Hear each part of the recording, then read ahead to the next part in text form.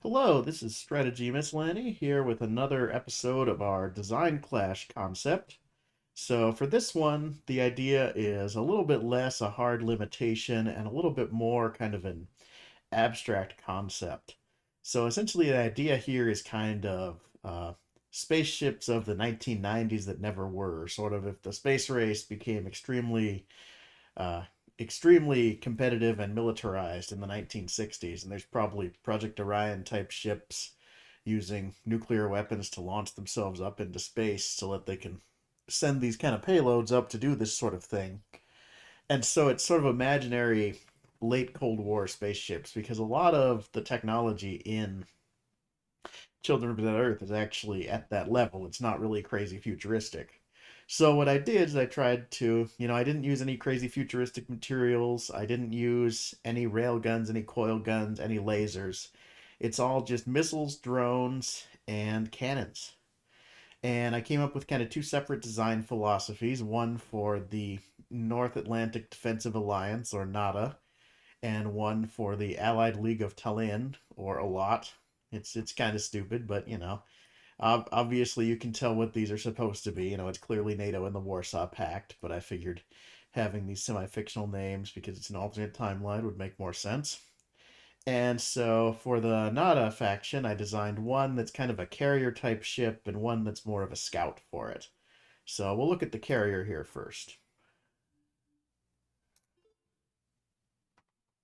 So this is the Nelson Rockefeller class carrier, and it runs on ammonia through a nuclear thermal rocket. And I made the nuclear thermal rockets not as good as some of the base stuff in the game. Everything on this is not, quite as good as you could make it. The reactors run at a fairly low temperature. The um, the engines don't aren't quite as high powered as they could be. And I'm not using methane because I'm figuring they would have trouble with, or at least worry about trouble with, like carbonization and charcoaling on the nuclear rockets. So they're using ammonia. And then it also has RCS systems here, even though it's gimbaled, to give it that extra boost. It has these fluorine ammonia combustion rockets on the sides. Let me see where I put those. There they are. There's four of those little guys. And so it runs on mostly ammonia with a little bit of fluorine to run those side thrusters. And what it has on it is, well, first it has its guns here. It has these 75 millimeter turreted guns here, and then it has these 20 millimeter point defense guns. The idea with these is that I made them so that they have quite a low spread, they're fairly accurate, and they have a quite fast turning speed. They turn at 120 degrees per second. So the idea is they can fly around and fire at incoming missiles and things like that. They're probably not that effective at that, but that's what they're built for. Whereas the cannons are more built so that it actually has some kind of offensive armament besides its basic stuff. So then what does it have for distance work? So, well, first it has these defensive nuclear missiles in a blast launcher here. This is meant to basically blast out these little defensive nuclear missiles at the point that incoming drones or missiles are coming in on a strike. And these will come out, and they're set to be a delayed blast so that they blast right behind them and hopefully destroy their engines. So that's what those are for. And then its sort of main offensive weapons are it has this Star Lancer drone launcher with 50 Star Lancer drones, and it has 12 Nova drones in this launcher. And let me just show you those drones real quick here.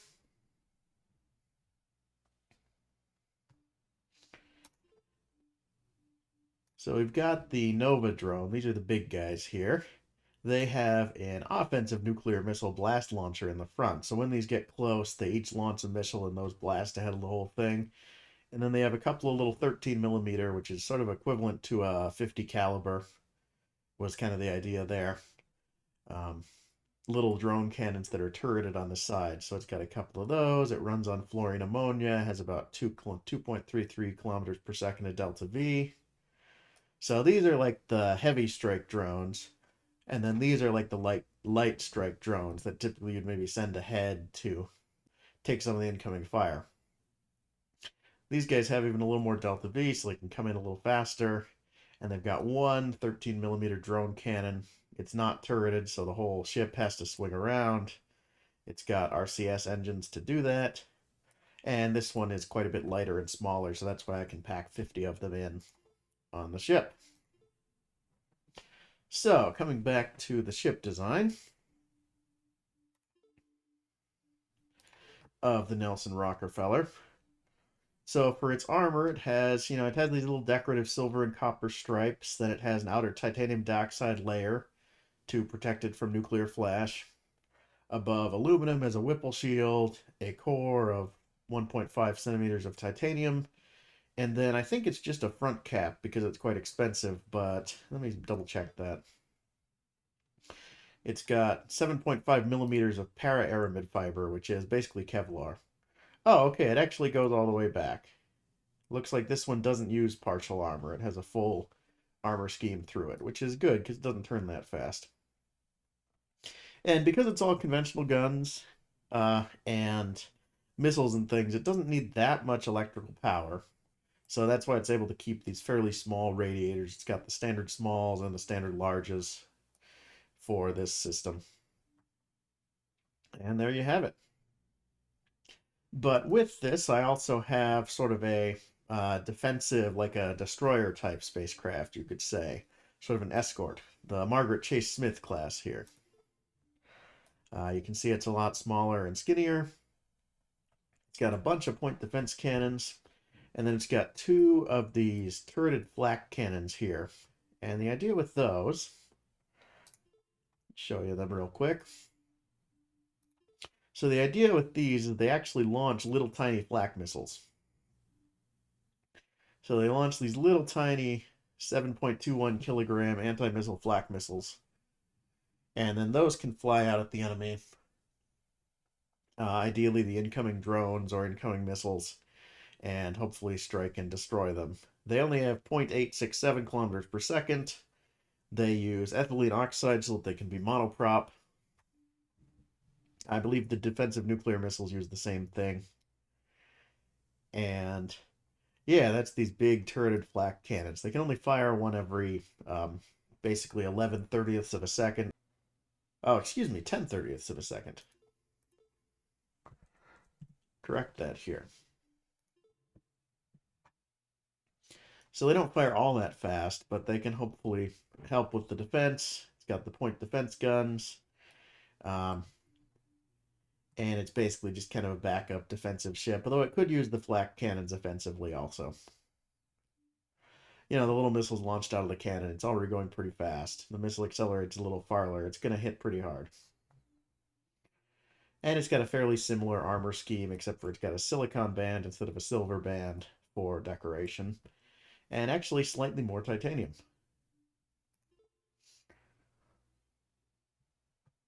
So that's the Nada faction, but what does the Allot faction look like? And so for them, I designed something more like a missile cruiser, and I'll put two of them together in a battle. The idea is two of these were roughly balanced with this in terms of cost and mass. So here is the Leonid Kantorovich class.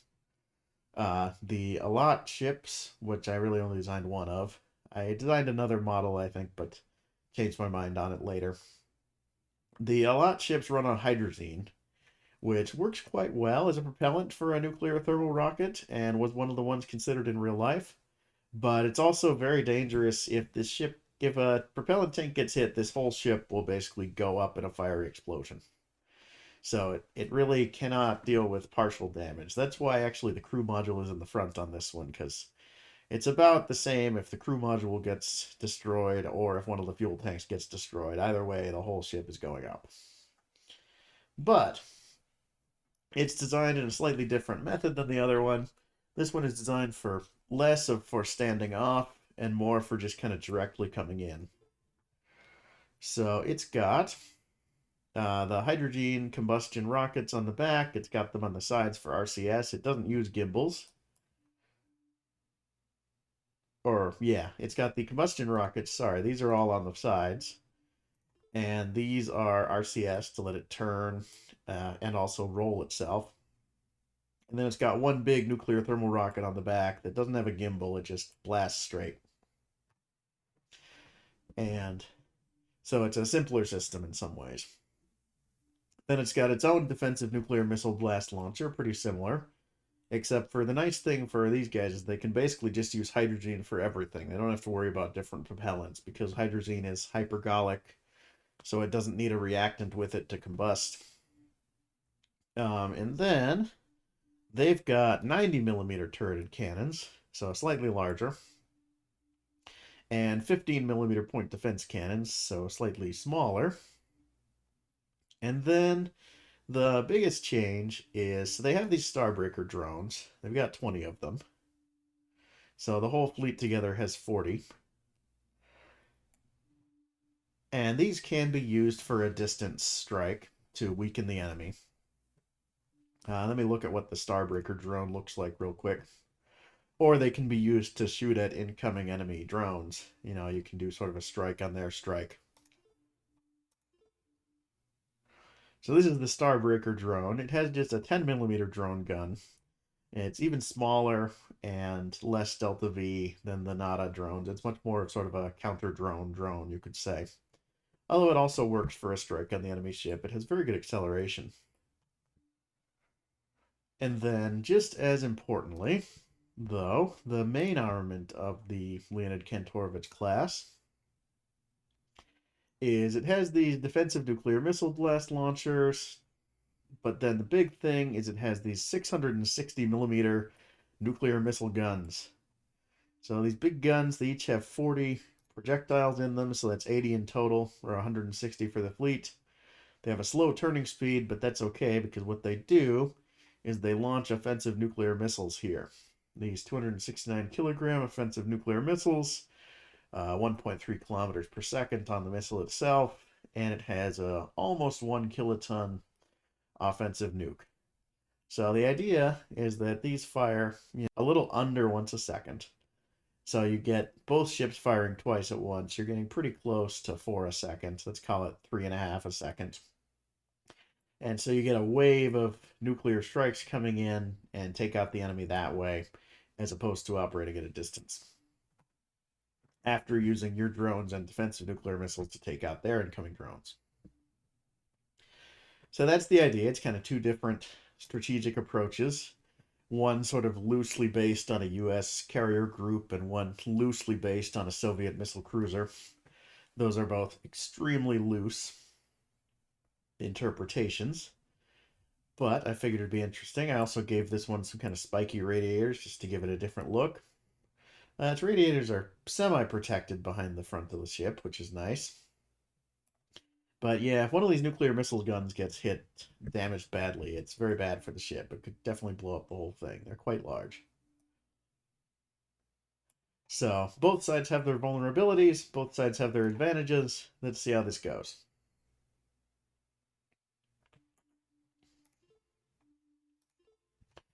Here we are, around the moon. I've got two allied craft here, the Nelson Rockefeller and the Margaret C. Smith. The enemy are two Leonid Kantorovich. You can see we're slightly heavier and a tiny bit more expensive, but really quite comparable. Both of us have about 3.7 clicks of Delta V. So not very much. You know, these are early ships. They don't go super far out, probably. They don't go much beyond the moon, which is why we're fighting around the moon. And so for the enemy, I've given them aggressive behavior, because that's what I've designed the Leonid Kantorovich to do, is basically come straight at you. And let's see if I can defeat them here.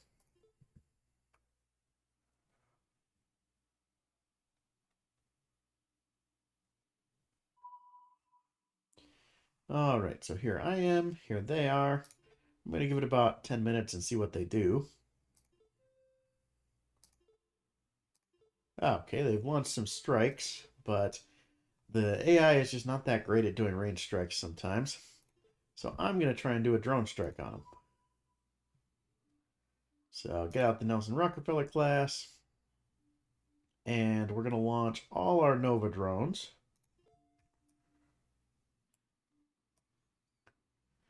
Just looking here. Not great lighting from this position. There they are coming out. And then we've got 50 Star Lancer drones. I'm going to launch 35 of them. So this will be our big strike. And I don't want to go too fast because I want to give the drones some time to actually fire on target. And I also don't want I want to give these nuclear missiles on these drones enough time to get ahead of all the rest of these so that they don't destroy themselves in the blast.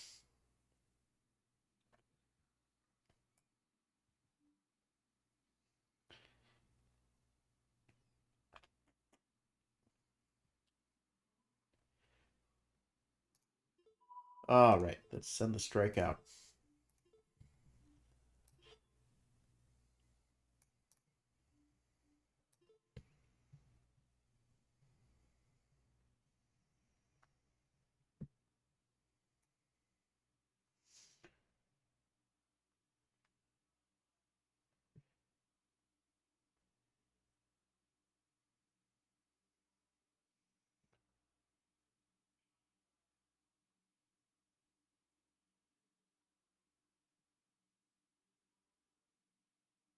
All right, that's a good start. We'll get that closer in soon.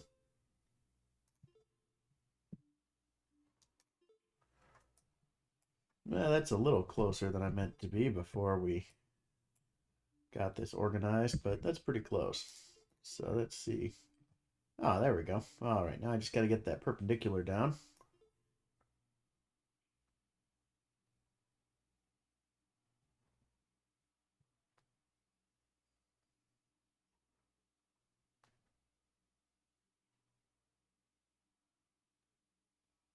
All about finding that kind of sweet spot where it actually intercepts correctly.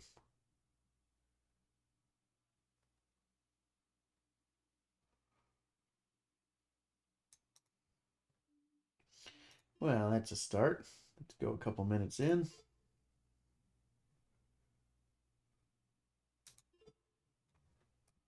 Then we'll see if we can get this closest approach a little better.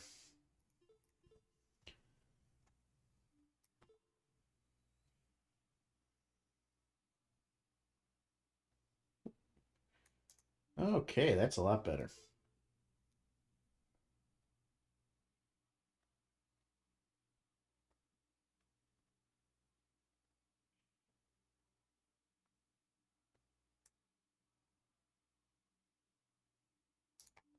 .27 meters per second as the perpendicular. That's pretty good. Closest approach at one click. All right. So we set our targets here. We'll try and blow up their big guns. That's usually pretty effective.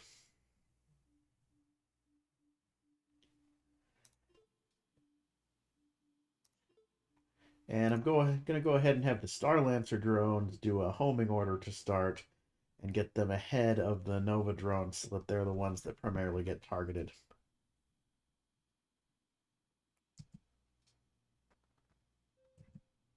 And then fairly soon, our Nova drones should be in range to launch their nukes. Yeah, 30 clicks, so not too far.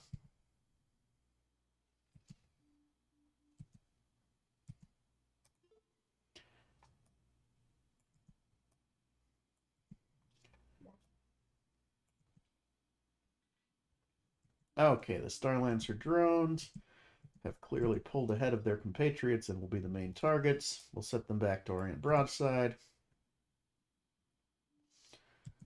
Check in on the Nova drones. They're firing their defensive nukes. We are firing our offensive nukes. They're firing their cannons. Pretty soon, I'm probably going to manually turn on the cannons on my ships.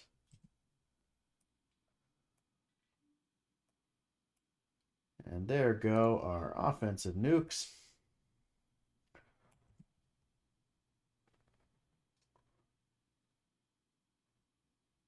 Gotten past our main destroyers.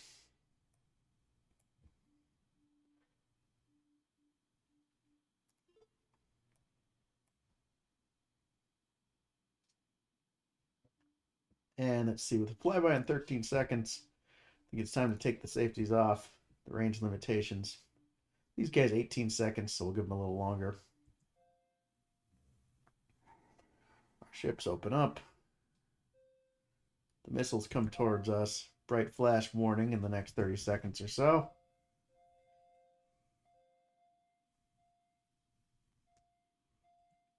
Okay, looks like their defensive nuclear missile barrage took out my offensive nuclear missiles. Nova drones, I'm going to take the safeties off. Let them start firing. And just like that, our drone strike successfully takes them out. They both lost power generation. They've both been disarmed. In fact, I think they might have both just been blown to pieces because I don't see them here. Yeah. See, that's what happens when you power your ship with hydrazine. Is good enough hit, and it just does that.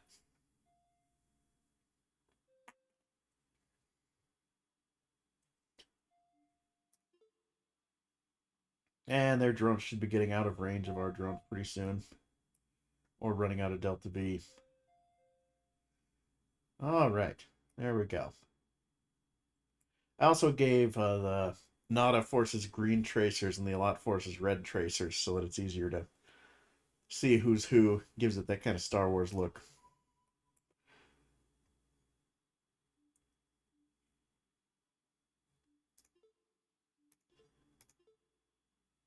I'm just giving them a little bit of time to see if their ships can actually approach us. Okay, here's their Starbreaker drones. I'll go ahead and send out some Star Lancer drones to counter them. They're firing their guns right away. Probably smart of them. I'm going to turn off the range limits on the point defense guns. And I'm going to target their guns.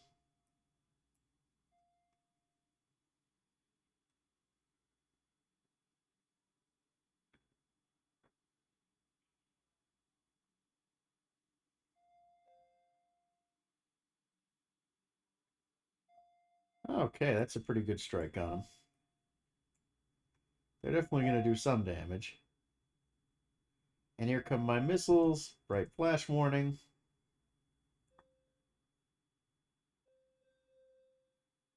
Unfortunately, I think the defensive nukes are set to... I set them on like a delayed blast timer, and it seems like it takes a little bit too long for them to get there. Like they don't go off quite soon enough. All right, so let's take stock here of any potential damage. Okay, looks like basically nothing on the big guy. Maybe some scars there.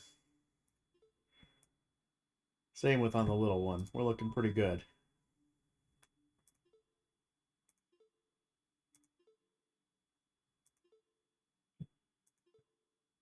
So I could let their offensive nukes catch up to me, but I think it's pretty clear this is a victory for the NADA. So let's see if we can also achieve a victory with the forces of Allot. Or a lot. So, turn the Allied craft into a couple of Leo Kantoroviches. Turn the enemy craft into the Nelson Rockefeller and the MCS.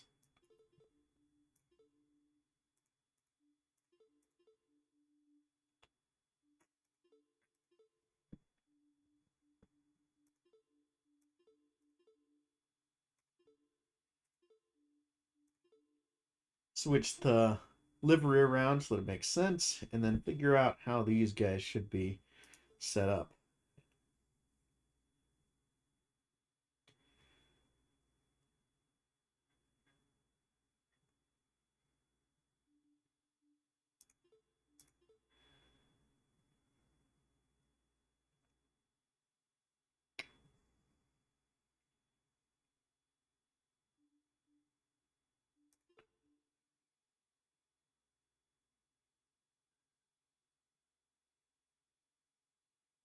All right, I'm going to set them to this ranged doctrine here.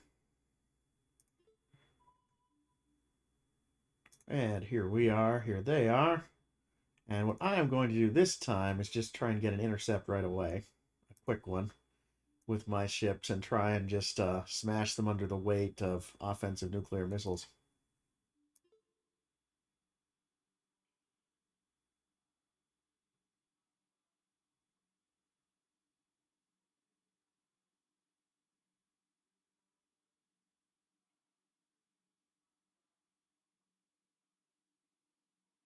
Okay, that's a pretty good start.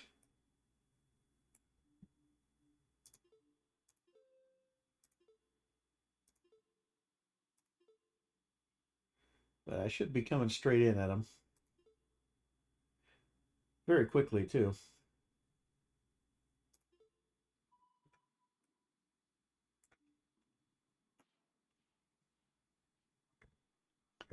Okay, here we are, here they are. Set some targets on them.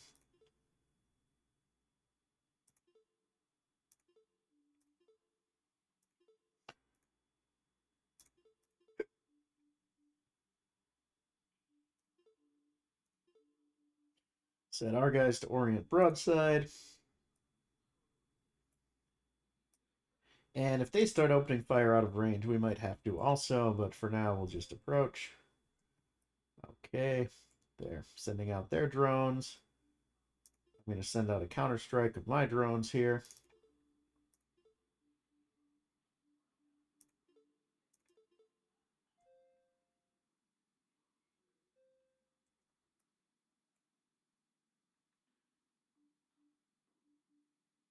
But the most important thing I'm going to do is I'm going to take the range limit off on these nuclear missile guns.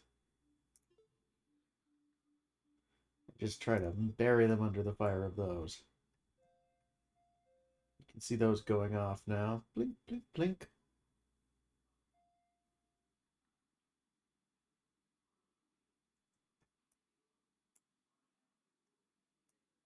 There's their fire. It's going to be bad for the frame rate, but I better turn on my 90mm cannons. Get them going. My hope is that they'll mostly be missing me at this range long enough for my nuclear missiles to do their job anyway. Although a lot of them are getting disabled. But a lot of them are still making it through, or will soon. Bright flash warning, by the way.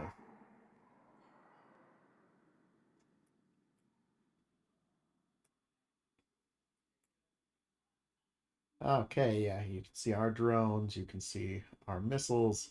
Oh, our defensive nuclear missiles are being blast launched now. You can see they're hitting this one, looks like, the Volcanic Glory. Yeah, they're getting some strikes on the back anyway. Thankfully, nothing right at the back there should blow up.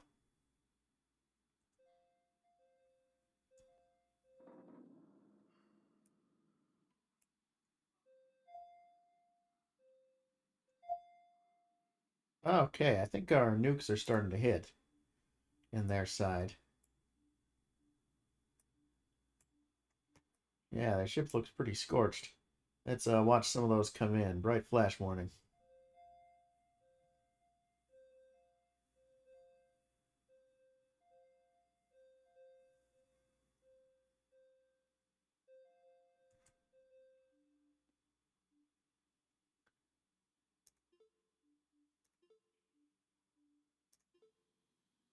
Okay, I think we took each other out in that case, actually. Because, yeah, my ships are blown to pieces, but their ships aren't there either. The Margaret C. Smith class looks like the crew module got hit. And the Nelson Rockefeller class, I think their reactors got hit, probably. Something is disabled on this ship, that's for sure.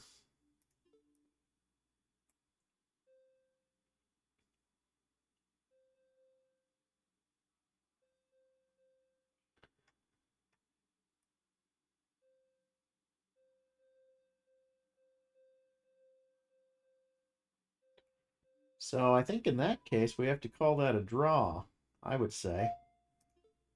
Meaning it's currently 1 to nothing, and we do have to do the AI versus AI battle. So let's get that set up.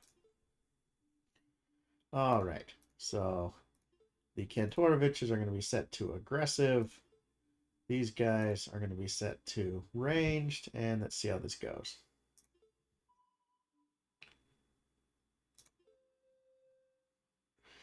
Bunch of different missiles being launched. A lot of them run out of Delta V. Start trying to find each other. All right, we have our first thing, the Starbreaker drones against the NADA ships.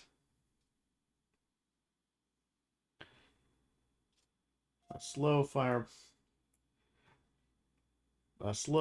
intercept. You can see they're firing their 10mm drone guns. They're getting counterfired by the guns of the ships. See what it looks like from the POV of one of the ships here. It's definitely getting plinked at, but it doesn't look like it's doing severe damage, at least not yet. You know, these ships have the advantage that their fuel isn't automatically explosive. But yeah, definitely scarred but victorious in that one. See what the next intercepts bring. That's the thing, is the AI goes a little nuts with intercepts, or with ranged attacks sometimes.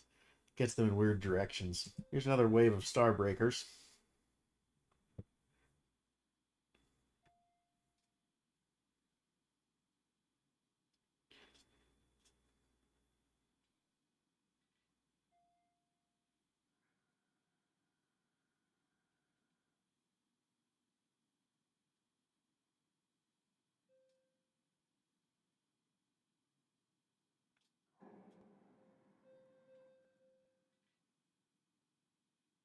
See if they did any good damage this time. That pattern of hold looks worrying, but it doesn't look like they've taken out any critical components yet. And they're focusing mostly on the big ship. They don't seem to worry much about the little ship.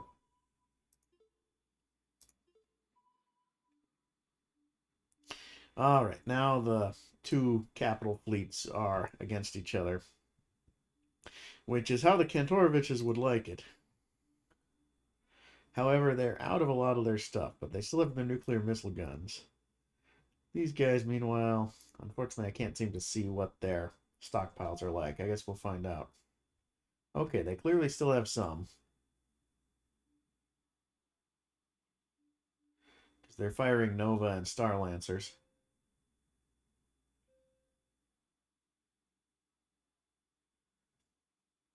Now, I'm hoping the Kantoroviches are smart enough to fire their nuclear missile guns at long range instead of waiting for them to be in the official range of the conventional gun. But we'll see what happens.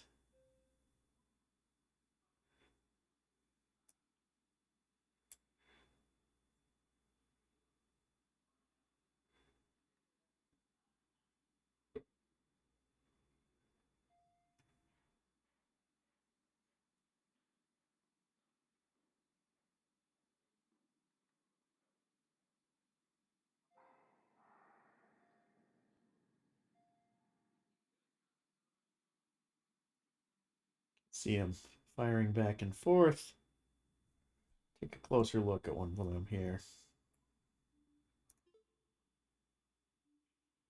Okay, so there's a Nova drone. What do the ships look like here? There's an MCS class. There's the Nelson Rockefeller.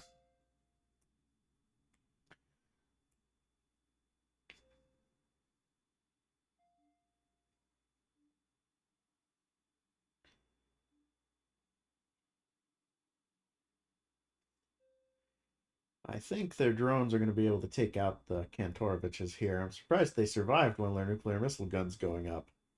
That's impressive. Let's go watch from their point of view.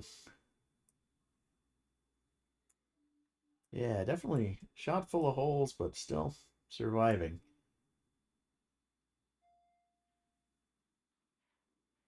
Okay, and doing some damage too.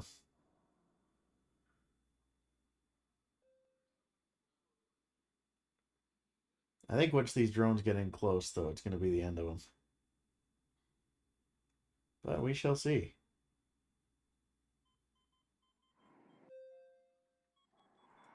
Yeah, one of them just went up.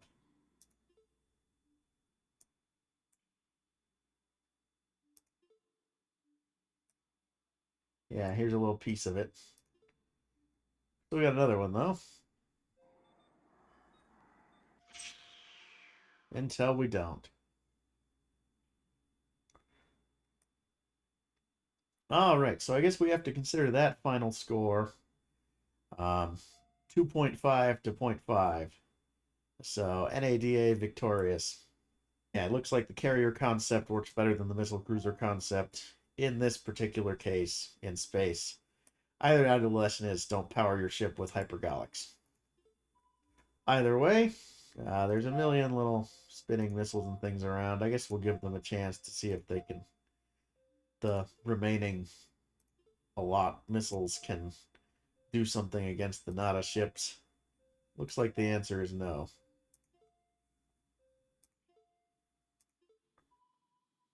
Although, here's, these are, what are these? Okay, these are the defensive nukes against a whole swarm of drones and ships. Pretty sure these are just going to get shot out of the sky. We'll see what happens. Bright flash warning, though.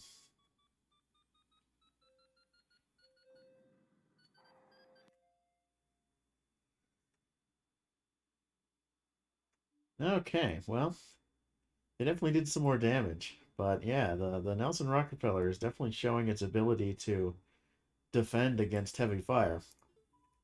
And I think at that point, we have to call it a victory for the NADA, like I said. So, there we go, 2.5 to 0.5. Thank you very much for watching, and have a great day.